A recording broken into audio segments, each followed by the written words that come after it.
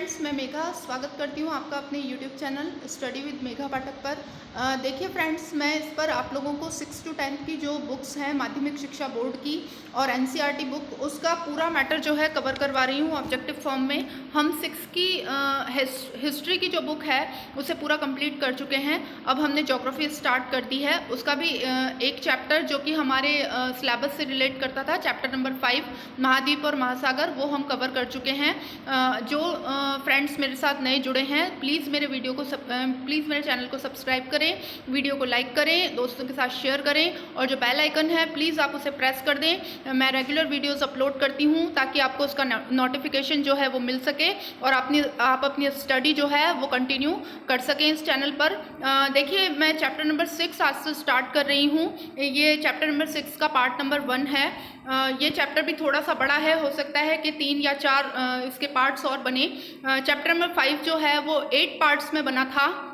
तो जो फ्रेंड्स नए आए हैं मेरे चैनल पर और जिन्होंने नहीं देखा है वो उसको जाकर के देख लें। उसके अलावा आपको साइकोलॉजी का मैटर भी मिलेगा, हिंदी का माध्यमिक शिक्षा बोर्ड की बुक्स का बहुत ही इम्पॉर्टेंट मैटर है, वो भी मैंने डाला हुआ है। तो जो फ्रेंड्स नए आए हैं उनको देख लें और जो रेगुलर स्टडीज़ कर रहे हैं मेरे चैनल पर उनके लिए जो है आज मैं चैप्टर नंबर 6 लेकर के आई हूँ।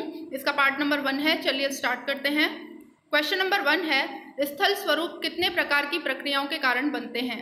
ए 1 प्रकार, बी 2 प्रकार, सी 3 प्रकार या डी इन सभी के द्वारा। तो देखिए, जो स्थल स्वरूप हैं वो अपर्दन और निक्षेपण 2 प्रकार की प्रक्रियाओं के कारण बनते हैं और इन दोनों को संयुक्त रूप से जो है अनाच्छादन कहा जाता है। मैंने इन्फॉर्मेशन आपको इसलिए दी है क्योंकि जो ये शब्द है अनाच्छादन, ये लास्ट वैकेंसी में पूछा गया था, तो ये एक इम्पॉर्टेंट लाइन है। हो सकता है इस बार रिपीट हो, आपको पता है क्वेश्चंस रिपीट होते हैं कई, तो इसलिए मैंने आपकी नॉलेज में ये डाल दिया है।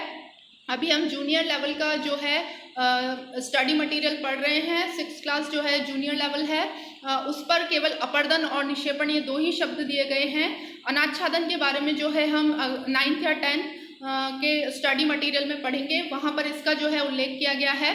तो जब हम 9th या 10th की बुक्स पढ़ेंगे तो उसके अंदर ये शब्द दिया गया है और आपको पता है 6 to 10 के मैटर में से हमारे यहाँ क्वेश्चंस पूछे जाते हैं, इसीलिए मैं ये जो बुक्स हैं वो ऑब्जेक्टिव फॉर्म में आपको यहाँ पर कंप्लीट करवा रही हूँ। तो देखिए, इसका जो आंसर हो जाएगा वो हो जाएगा बी 2 प्रकार से, यानी कि 2 प्रकार कौन कौन से हो गए? अपर्दन और निक्षेपण।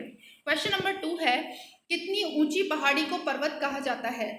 ए 800 मीटर से अधिक ऊंची, बी 900 मीटर से अधिक ऊंची, सी 600 मीटर से अधिक ऊंची या डी उपयुक्त में से कोई नहीं। तो देखिए, इसका जो आंसर है वो है सी 600 मीटर से अधिक। क्वेश्चन नंबर 3 है, अपर्दन किसे कहते हैं?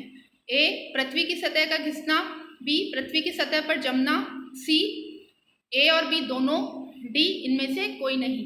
तो देखिए, जो अपर्दन की प्रक्रिया होती है उसके द्वारा जो है पृथ्वी की सतह है घिसती है, टूटती है, उसका अपर्दन होता है। तो इसका जो आंसर हो जाएगा वो हो जाएगा ए पृथ्वी की सतह का घिसना। क्वेश्चन नंबर 4 है, निक्षेपण की प्रक्रिया क्या कहलाती है? ए टूटना या घिसना, बी पुनर्भरण, सी ए और बी दोनों या डी इनमें से कोई नहीं। तो देखिए, इसका जो आंसर है वो है बी पुनर्भरण। अपर्दन के कारण जो पृथ्वी की जो टूटती और घिसती है सतह, उसको पुनः भरने की एक प्रक्रिया होती है, उसी को कहा जाता है निक्षेपण। अपर्दन के कारण तो पृथ्वी की सतह टूटती और घिसती है और निक्षेपण के कारण उसका पुनर्भरण होता है। क्वेश्चन नंबर 5 है, अपर्दन की प्रक्रिया के कारण पृथ्वी की सतह कैसी हो जाती है? ए ऊंची, बी नीची, सी समांतर या डी ये सभी। तो देखिए, अपर्दन की प्रक्रिया मैंने आपको एक्सप्लेन कर दी है कि अपर्दन की प्रक्रिया के कारण क्या होता है। जो पृथ्वी की सतह है वो टूटती और घिसती है, तो जो इसका आंसर हो जाएगा वो हो जाएगा बी नीची। क्वेश्चन नंबर 6 है, अपर्दन की प्रक्रिया किन कारणों से होती है? ए जल, बी वायु, सी बर्फ या डी ये सभी। तो देखिए, अपर्दन की प्रक्रिया के लिए जो भी फैक्टर्स काम करते हैं वो जल, वायु, बर्फ, आंधियां वगैरह ये सभी काम करते हैं, तो इसका आंसर हो जाएगा ये सभी। क्वेश्चन नंबर 7 है, हिमानी किसे कहते हैं? ए ऊंची पर्वत चोटी, बी नीची धसी हुई भूमि, सी पर्वतों पर जमी हुई नदी, डी इनमें से कोई नहीं। तो देखिए इसका आंसर हो जाएगा सी, पर्वतों पर जमी हुई नदी। जो पर्वतों पर नदियां निकलती हैं और बहुत ही लो टेम्परेचर के कारण वो क्या है, एज इट इज जम जाती हैं, तो उसी को कहा जाता है हिमालय। क्वेश्चन नंबर 8 है, पर्वतों की जलवायु कैसी होती है? ए मृदुल, बी कठोर, सी सामान्य, या डी इनमें से कोई नहीं। तो देखिए इसका जो आंसर हो जाएगा वो हो जाएगा बी कठोर। जो पर्वतों की जलवायु है वो कठोर होती है। क्वेश्चन नंबर 9 है, पर्वतों का धरातल कैसा होता है?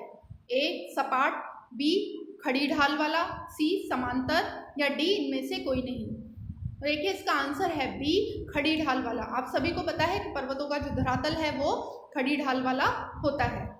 क्वेश्चन नंबर 10 है, श्रृंखला किसे कहते हैं? ए पर्वतों का टूटना, बी पर्वतों का एक रेखाक्रम में होना, सी पर्वत का सपाट स्थान, या डी इनमें से कोई नहीं। तो देखिए इसका जो आंसर है वो है बी पर्वतों का एक रेखाक्रम में होना। जो पर्वत श्रृंखला है वो पर्वतों का एक रेखाक्रम है। अरावली जो है वो एक पर्वत श्रृंखला है। अरावली में कहीं पर भी बीच में ब्रेक नहीं आता। वो छोटे छोटे पर्वतों की बहुत लंबी श्रृंखला है, इसीलिए उसको पर्वत श्रृंखला कहते हैं। क्वेश्चन नंबर 11 है, हिमालय पर्वत श्रृंखला किस महाद्वीप में है? ए यूरोप, बी एशिया, सी उत्तरी अमेरिका, डी दक्षिणी अमेरिका। तो आपको पता है कि हिमालय जो है वो भारत की सर्वोच्च ऊंचाई है और ये हमारा जो भारत है वो एशिया महाद्वीप में आता है, तो इसका आंसर हो जाएगा बी एशिया। क्वेश्चन नंबर 12 है, आल्प्स पर्वत किस महाद्वीप में है? ए एशिया, बी यूरोप, सी उत्तरी अमेरिका, डी दक्षिणी अमेरिका। तो देखिए इसका आंसर बी हो जाएगा यूरोप। आल्प्स जो पर्वत है वो आल्प्स पर्वत यूरोप महाद्वीप में स्थित है। क्वेश्चन नंबर 13 है, एंडीज पर्वत किस महाद्वीप में है? देखिए जिन्होंने मेरा चैप्टर नंबर 5 पढ़ा है महाद्वीप और महासागर, उन्हें अच्छी तरीके से पता होगा कि जो एंडीज पर्वत है वो विश्व की सबसे लंबी पर्वतमाला है और ये दक्षिणी अमेरिका में स्थित है।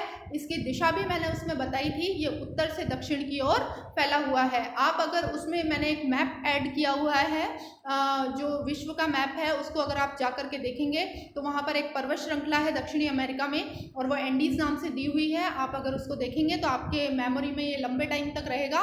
तो प्लीज़ जो मेरे वीडियोस हैं उन्हें बार बार सुनिए, उनमें जो भी स्टडी मटेरियल है आप उसे देखिए, आपको बहुत ही बेनिफिट होने वाला है। क्वेश्चन नंबर 14 है, पर्वत कितने प्रकार के होते हैं?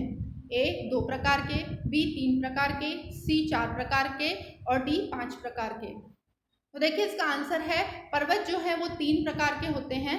क्वेश्चन नंबर 15 है, पर्वतों का प्रकार है ए वलित, भ्रंशोत, ज्वालामुखी, ये सभी। देखिए मैंने अभी अभी बताया आपको पर्वत 3 प्रकार के होते हैं और ये क्वेश्चन मैंने जानबूझ के डाला है। मैं आपको पूरा जो मैटर है उसके एक एक लाइन से क्वेश्चन दे रही हूँ। आपको एनसीईआरटी और माध्यमिक शिक्षा बोर्ड की जो बुक्स हैं उन्हें बिल्कुल भी पढ़ने की ज़रूरत नहीं है। अगर आप मेरे को रेगुलर फॉलो करते हैं, मेरे वीडियोज़ को आप ध्यान से और पूरा देखते हैं तो आपको बिल्कुल कहीं से कहीं तक भी ज़रूरत नहीं है अलग से कुछ भी पढ़ने का।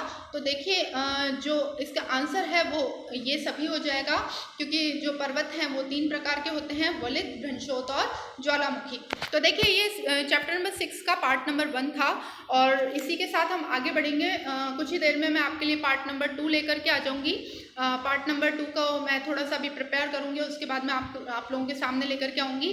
देखिए हम यहाँ पर जो क्वेश्चंस ले रहे हैं वो एग्ज़ाम रेलेवेंट है, एग्ज़ाम के पॉइंट ऑफ व्यू से जो इम्पॉर्टेंट क्वेश्चंस हैं हम वो ले रहे हैं और एनसीईआरटी और राजस्थान बोर्ड हम पूरा यहाँ पर कवर करेंगे। तो प्लीज़ आप मेरे चैनल के साथ जुड़े रहें। मिलते हैं नेक्स्ट वीडियो में। नमस्कार।